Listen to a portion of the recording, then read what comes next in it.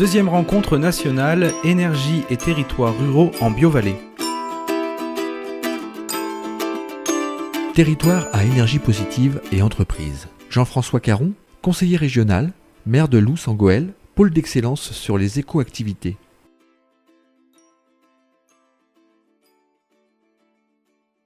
D'une manière générale, j'allais dire l'opposé des ruraux attachés à leur lopin de terre et avec une fourche pour chasser le potentiel étranger, je caricature, mais chez nous la convivialité est obligatoire et c'est ce qui fait la qualité de vie dans nos territoires. Bon, moi je suis maire d'une commune de 7000 habitants, bon ça c'est le Nord-Pas-de-Calais, ça c'est le bassin minier, 1 200 000 habitants, quand vous parlez de 50 000, il y a des effets d'échelle, quoi. À 50 000 habitants, on connaît tous les gens, on peut engager un travail de proximité, donc c'est très intéressant. Je pense que ça, c'est une carte énorme pour vous. Globalement, on a beaucoup de séquelles. Moi, je dis toujours, ça fait quand même pas mal d'années que je suis dans les milieux du développement durable.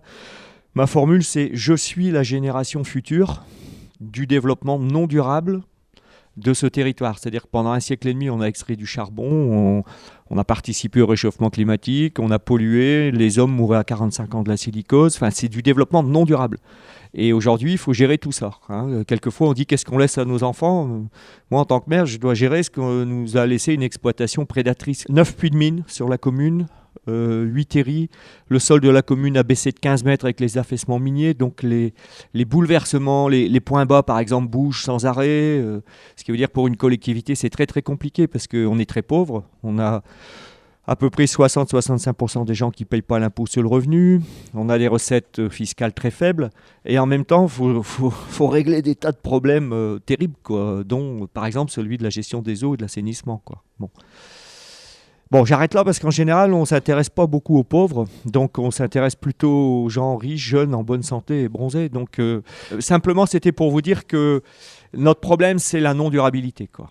Et que depuis maintenant 20 ans, tout notre projet, c'est de construire la reconversion autour de la durabilité. Mais pas par un choix de vie. Pour moi, oui, parce que je suis écolo viscéral. Mais pour l'immense majorité, c'est pas du tout pour ça. C'est juste pour retrouver une perspective, une vision et arrêter la non-durabilité, quoi. Retrouver de l'eau correcte, retrouver des arbres, etc., etc. Bon, vous, c'est parce que c'est tellement beau que vous voulez le garder et l'amplifier. Nous, c'est à peu près l'inverse. Bon, on est vraiment dans une logique où tous nos principes, parce qu'après je vais donner les résultats, parce que je pense qu'un des éléments de la discussion, c'est que, bon là l'avantage c'est qu'on a 20 ans d'application.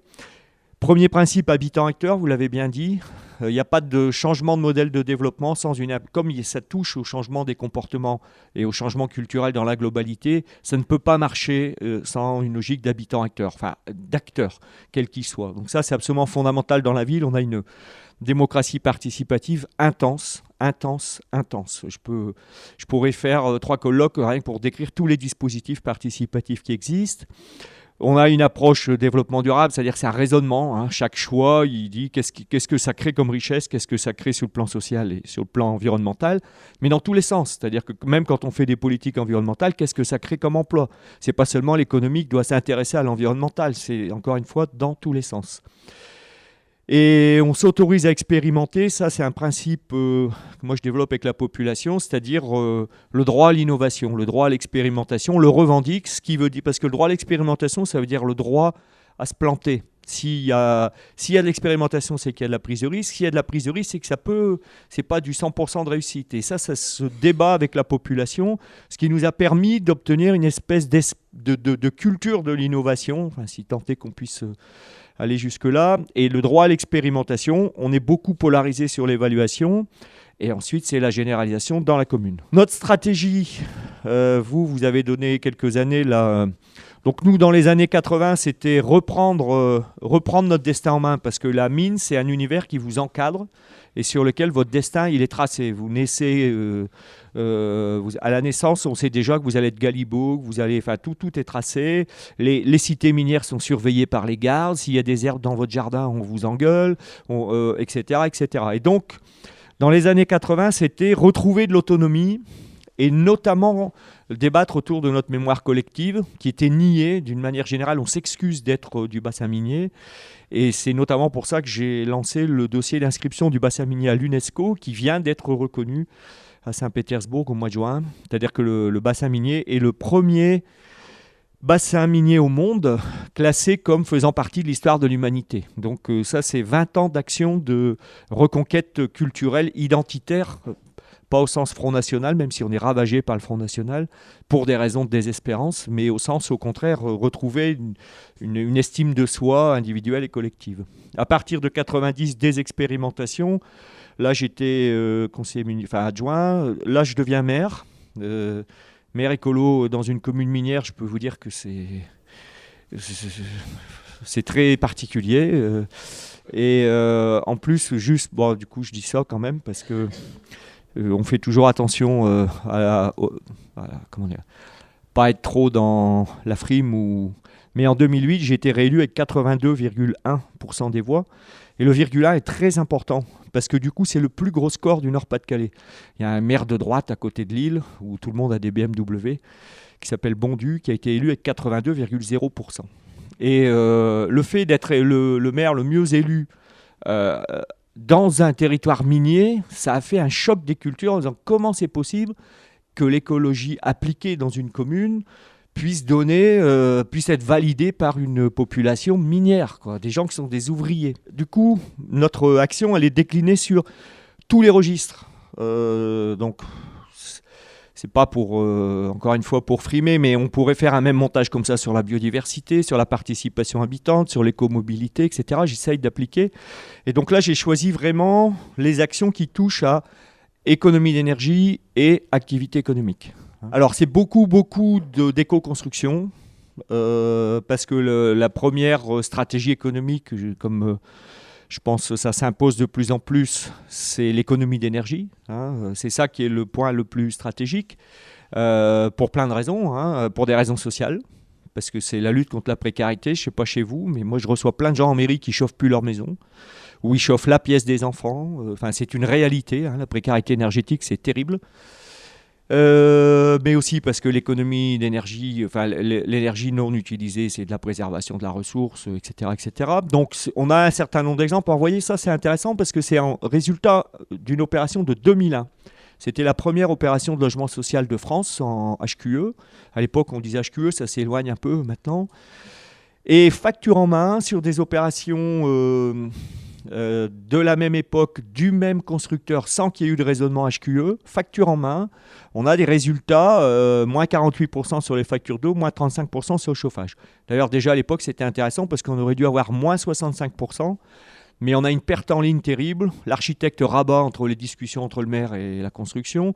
Les habitants laissent les chambres à 22 parce que c'est isolé, donc il y a un problème de comportement. Et surtout, la mise en œuvre n'est absolument pas à la hauteur. Plus on va vers du BBC, etc., et plus la mise en œuvre est stratégique, et là, c'était pas bon. Néanmoins, on avait quand même moins 35%.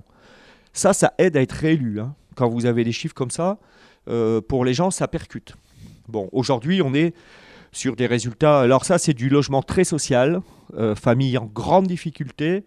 Un habitant est venu m'amener sa facture, 197 € l'an dernier pour toute son année de chauffage, pour un T4. C'est une politique sociale, avant d'être une politique énergétique. Et puis ça, c'est intéressant parce que c'est la Fédération française du bâtiment, Bouygues, Vinci, tous ces gens-là, quoi, c'est-à-dire à peu près mes opposés culturels, qui sont venus me voir parce qu'il y avait un certain nombre de choses dans la commune pour faire à Los-Angeles 6 maisons avec 100 technologies de l'éco-construction, non pas pour en faire un village témoin, mais pour que l'ensemble des entreprises du Nord-Pas-de-Calais viennent apprendre des technologies de l'éco-construction. Tous les lycées professionnels de la région sont venus. Ce qui les intéressait, c'était le process de la construction. Aujourd'hui, elles sont habitées, personne ne vient les visiter. Mais ce qui est intéressant, c'est que la FFB est venue parce que depuis 1997, il y a une stratégie éco-construction et parce qu'il y a des outils économiques que je vais dire tout de suite après. Et ça, c'est intéressant dans l'idée de l'orientation d'aujourd'hui. C'est parce qu'à un moment donné, c'est l'économique qui vient chercher une action de terrain qui donne de la cohérence, qui donne de la lisibilité et qui fait une alliance il préfère être allié à un écolo quand il parle d'éco-construction, quoi. En gros, c'est ça. C'est comme si vous êtes une marque qui fait de l'agriculture bio, ben, il vaut mieux aller dans le secteur qui apparaît comme étant le plus identitairement marqué, quoi, hein. Donc c'est une stratégie de marque, pour reprendre ce que vous avez dit sur la marque. Alors, d'autres exemples pour dire que ça s'enclenche. Notre problème n'est plus l'éco-construction, puisqu'on a à peu près toutes les réalisations. Depuis 1997, tout est fait en éco-construction, bâtiments publics, logement social, même il y a eu la résidence de standing, il y a des habitants qui s'y enclenchent. Bon. Par contre, ce qui est l'enjeu maintenant, c'est la rénovation. Enfin, on le sait tous, hein, depuis longtemps, le gros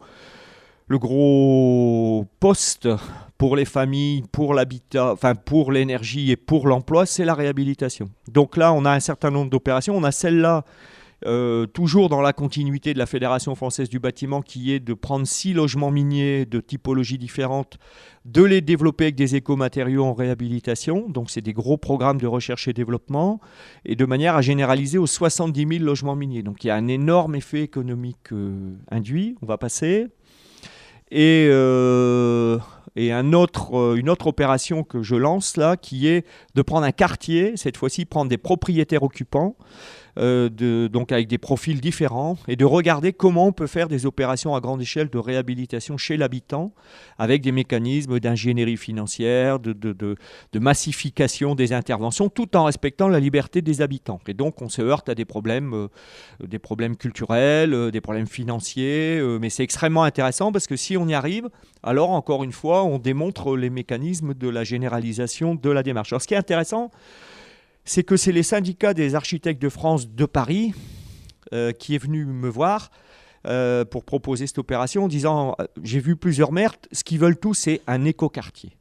Un écoquartier brillant, beau, avec des éoliennes, avec du photovoltaïque, etc., etc. Or, moi, ce que je leur ai dit quand ils sont venus voir, ils m'ont dit on voudrait faire des choses dans la construction et tout. Je leur ai dit, je vous préviens, ne venez pas me parler d'écoquartiers. Ça m'énerve, les écoquartiers. Les écoquartiers qui tombent comme des patates dans les champs de betteraves pour faire un objet brillant, puis qu'à côté toute la ville et reste dans ces logiques aberrantes. Je fais un écoquartier aussi. Bon, mais intégré sur une friche, etc. Mais ça m'énerve parce qu'il y a un côté clinquant dans l'écoquartier, quoi, hein. Alors que le vrai enjeu, c'est la réhab. Et donc, mais pour dire que c'est intéressant, parce qu'à un moment donné, l'effet de marque fait que c'est les gens qui viennent vous chercher parce qu'il y a une antériorité, il y a des savoir-faire et que ça les rassure, comme c'est de l'expérimentation, ça les rassure. Et donc c'est ce qu'en économie on appelle les terreaux d'innovation. À un moment donné, c'est quand même beaucoup plus facile de le faire à certains endroits. Pour dire qu'on peut faire plein d'autres choses, hein, vous en avez donné un certain nombre d'exemples. On a des espaces info-énergie. Même chose, le regroupement Nord Picardie a demandé à venir s'installer à Los Angeles pour dire je veux le nom Los Angeles pour mon agence régionale. C'est-à-dire qu'encore une fois, c'est de l'effet de marque. Mais d'autres types de choses. Vous voyez, par exemple, des véhicules GNV, ça fait 10 ans que tous nos véhicules sont GNV. Tout le monde vous dit que c'est pas possible, les garagistes vous disent que c'est pas possible, etc., etc. Bah, on a pris des GNV, ils sont rechargés la nuit sans aucun problème, ça tourne parfaitement bien, ça coûte moins cher. Il y a des effets de pensée unique qui sont absolument stupéfiants quelquefois. Et alors là, c'est Matra qui veut nous mettre des véhicules gratuitement. Enfin, on a des effets d'aubaine aussi. On agit beaucoup sur l'éclairage public. Là, on est dans une discussion avec la population sur arrêter la lumière la nuit. Donc c'est un peu compliqué, mais quand même, on a toutes nos nouvelles résidences sont avec des dispositifs de variateurs, hein, et donc les discussions, c'est 10% de lumière la nuit. Enfin bon, c'est intéressant. Alors on a un certain nombre de résultats aussi sur de l'énergie renouvelable. Ça, c'est un centre de test qui est unique en France, même dans le sud, il n'y en a pas. C'est que c'est un centre de test de toutes les technologies solaires, complètement indépendant. Pour l'instant, on a 24 technologies testées, les moquettes, les tuiles, les films sur les fenêtres, tout ce que vous voulez. C'est de l'expertise indépendante. Toutes les écoles d'ingénieurs de la région travaillent avec nous parce qu'on a minute par minute le résultat de la production des capteurs, et c'est très intéressant parce qu'on s'aperçoit que les bons capteurs ne sont pas forcément les bons qu'on croit. Hein, pour plein de raisons, en fonction de la saison, en fonction de la pente, en fonction du froid. Par exemple, quand il fait froid, les capteurs donnent beaucoup plus, et donc la hauteur du soleil n'est pas la même qu'en été. Enfin, il y a plein de choses comme ça très intéressantes. Accessoirement, ça donne des trucs sympas, comme je pense qu'on va être la première église où Dieu rayonnera sous les capteurs photovoltaïques. Et l'intégralité de l'église sera en solaire. Alors, dans le nord aussi, c'est un truc à convaincre, quoi. Et même dans le sud, d'ailleurs. On a des résultats presque équivalents à ceux du sud en performance. Bon, vous êtes quand même meilleur, mais on n'est pas nul, quoi. On n'est pas nul. Ce qui est très intéressant, c'est que toute cette action de terrain qui a donné de la visibilité de la marque, elle s'est appuyée sur une stratégie du conseil régional. Il faut dire que je suis conseiller régional depuis pas mal de temps et donc ça aide. Où on a développé en 2000 un outil qui s'appelle le Centre de développement des éco-entreprises. Enfin, il a été préfiguration 2000 et officialisation 2004, qui est en fait un outil d'intelligence économique dédié au développement des éco-activités sur tout le Nord-Pas-de-Calais, mais qui du coup, c'est une expertise en termes de veille technique, juridique sur les éco-activités, c'est de l'accompagnement des filières, c'est de l'appui aux entreprises, et ça nous a permis de développer toute une série de clusters et de stratégies très innovantes. Et c'est la rencontre entre cet outil d'animation économique et l'action dans la ville qui fait qu'on a multiplié des résultats en matière économique. On a maintenant une pépinière d'éco-entreprises qui fonctionne à plein. Donc, c'est que des jeunes qui sortent des écoles. C'est de l'étanchéité à l'air, c'est tout ce que vous pouvez imaginer. Hein. On a une plateforme de recherche, là aussi unique en France. On organise chaque année un congrès mondial avec les Chinois, les Américains, etc., sur les analyses en cycle de vie. Donc, analyse en cycle de vie, c'est là-dedans, combien il y a de CO2, d'où ça vient, sa recyclabilité. Enfin, c'est la caractérisation de tous les matériaux. Donc c'est en amont de tout ce qui est l'émergence des nouveaux matériaux qui ne pourront plus être issus du pétrole et du fossile. Donc c'est stratégique sur l'économique. On est en relation avec tous les gens qui travaillent dans les matériaux. On a obtenu un pôle de compétitivité nationale. Tous les classiques productivistes se traînent sur leur ventre pour en avoir un, parce que le pôle de compétitivité, c'est vraiment le must des écoles des mines, du ministère de l'Industrie. Et nous, on l'a obtenu sur technologie environnementale appliquée aux matériaux. C'est parce qu'on avait l'analyse en cycle de vie et l'antériorité, et donc on gère à peu près 12 millions d'euros de R&D sur les process de recyclage. Alors c'est par exemple aujourd'hui aller rechercher les terres rares dans les décharges pour récupérer toute une série de minerais que la Chine ne veut plus nous vendre, ou alors à un prix 10 fois supérieur. C'est des tas d'actions de ce type-là. C'est les matériaux de demain. C'est la halle des écomatériaux qu'on vient d'inaugurer sur un grand bâtiment. On a 10 maquettes. Enfin, une maquette, c'est la moitié de la salle ici, sur tous les process de la construction, avec la façon de les poser, la mesure des résultats. Et donc, c'est un outil de développement considérable de ces technologies. Et depuis cette année, là, j'ai posé la première pierre avec le directeur il y a 3 semaines. Du coup, la Fondation des apprentis d'Auteuil est venue développer dans la commune un centre d'apprentissage sur l'éco-construction. Donc nous aurons à la rentrée de septembre 350 apprentis sur tous les nouveaux métiers de l'éco-construction. Alors ce qui est intéressant, c'est que donc on a le développement dans la ville, des tas de références concrètes, les outils d'animation économique, les entreprises qui viennent, les structures de recherche et développement et les structures de formation. Bon, alors tout ça, en plus se faisant sur un site minier, un des 3 grands sites de la mémoire minière, qui est donc complètement réinvesti, qui en même temps est un haut lieu de l'UNESCO, puisque maintenant il est classé à l'UNESCO. Et ça aussi, ça joue beaucoup. C'est-à-dire que la question de la trajectoire du territoire, ça compte beaucoup plus qu'on ne croit. C'est-à-dire que les gens ne sont pas tant que ça indifférents au sens qu'il y a derrière les choses. C'est pour ça que vous en avez beaucoup parlé. Et à un moment donné de la discussion, en général, quand les gens ont bu 2 verres, au début, ils ne parlent pas trop facilement, mais quand ils ont bu 2 verres, ils finissent par dire « mais j'ai dans mes grands-parents un mineur, j'ai mon grand-père qui est venu de Pologne, etc. » Et il y a l'affectif en économique, ça joue beaucoup. Et quand les gens perçoivent qu'il y a quelque chose qui se passe, qu'il y a du sens, ça fonctionne. Hein. On accompagne aussi des stratégies dans d'autres territoires de la région.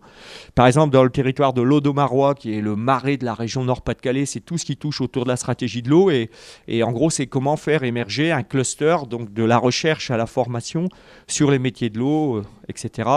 Voilà, on va terminer là-dessus pour dire que ce qui est très intéressant dans cette image, c'est la question de l'appropriation par la population de ce qui se passe. C'est-à-dire qu'il y a 20 ans, il y avait un rejet de notre histoire, il y avait un rejet de nous-mêmes, une dépression collective dans la commune. Hein. C'est encore le cas aujourd'hui et de pire en pire à Hénin-Beaumont par exemple où Le Pen approche les 50% parce que les gens sont en désespérance et qu'il y a un problème de sens et de perspective.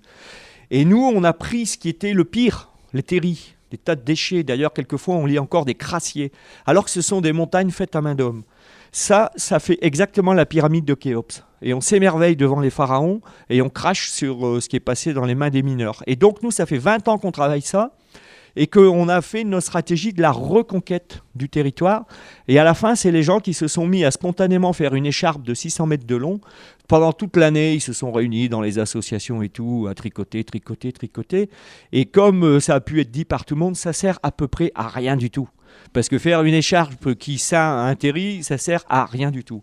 Mais vous ne pouvez pas savoir comme ça vous change la vie dans la ville. Les gens se connaissent, il y a des questions de lien. Et les gens ont été d'une fierté absolue de pouvoir faire ça. Et donc moi, je réinsiste, j'ai trouvé vraiment intéressant dans votre propos la dimension d'implication habitante, quoi. Parce que quand elle est là, après il faut aussi oser prendre des risques, il faut aussi faire tout ça, mais on obtient vraiment des résultats. Voilà, je vais m'arrêter là. Merci.